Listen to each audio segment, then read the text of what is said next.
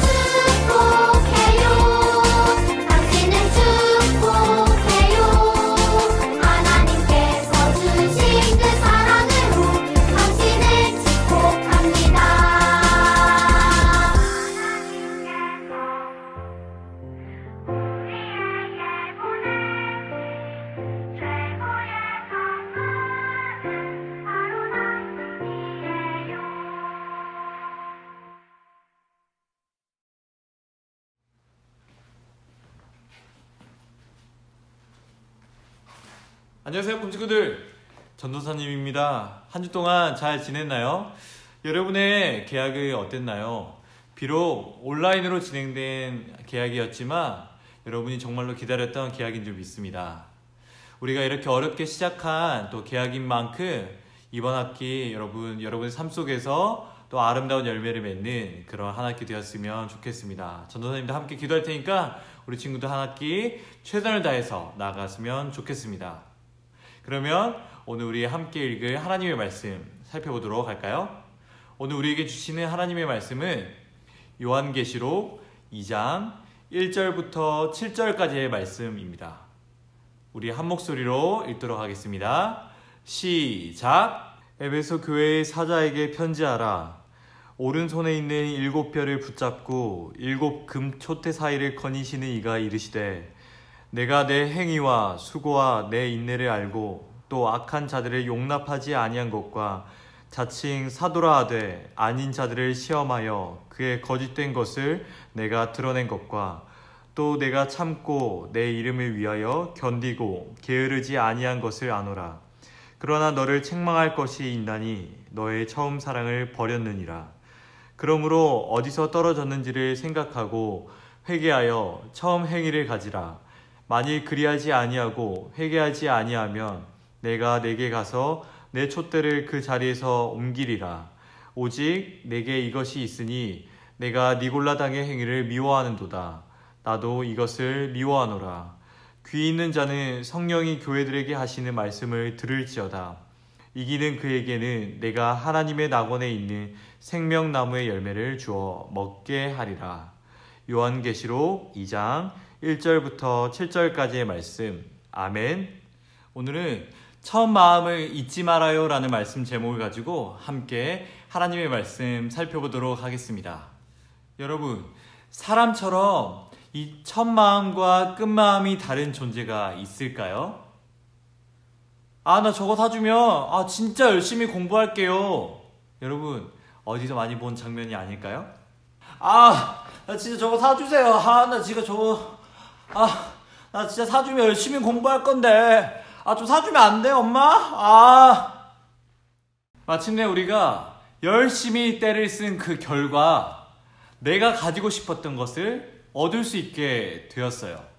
자, 이제 그러면 우리가 약속했던 것처럼 선물을 받았던 그때부터 지금까지 성실하고 또 열심히 공부를 하고 있겠죠?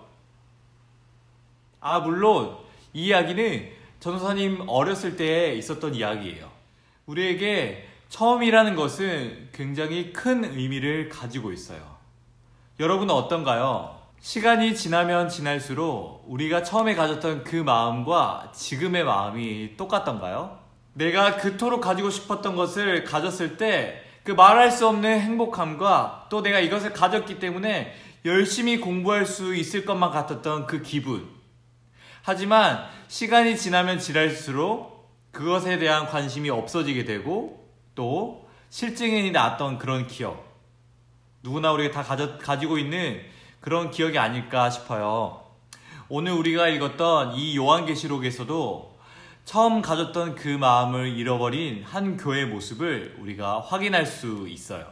요한계시록 2장에서부터 이어지는 3장까지는 에베소 교회에서부터 마지막 라오디아 교회까지 소아시아에 있는 7교회에 대해서 말씀하고 있어요.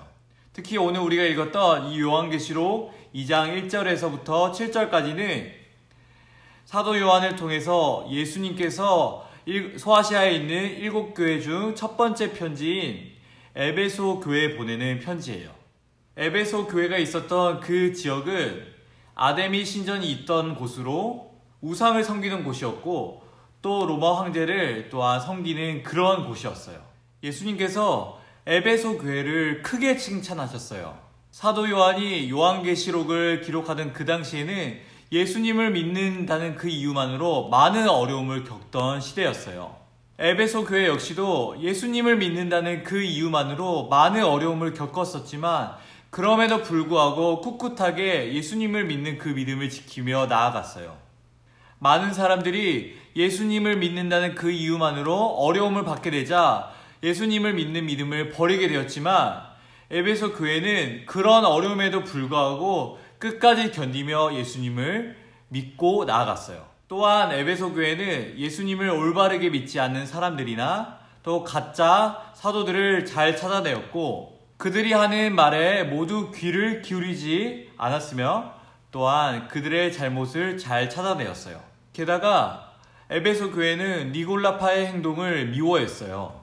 니골라파 사람들은 우상에게 바쳐진 음식물을 먹어도 전혀 상관이 없다라고 이렇게 말을 했고 또한 로마 황제를 신으로 섬기는 것에 대해서도 전혀 문제가 없다라고 이렇게 말을 했어요. 그러나 에베소 사람들은 니골라파의 말을 전혀 듣지 않았어요. 자신들은 오직 예수님을 그 믿는 믿음으로 살겠다라고 고백했어요. 예수님은 에베소 교회가 자신의 목숨을 걸면서까지 예수님을 향한 그 믿음을 지킨 그 행동을 보시고 크게 칭찬하셨어요.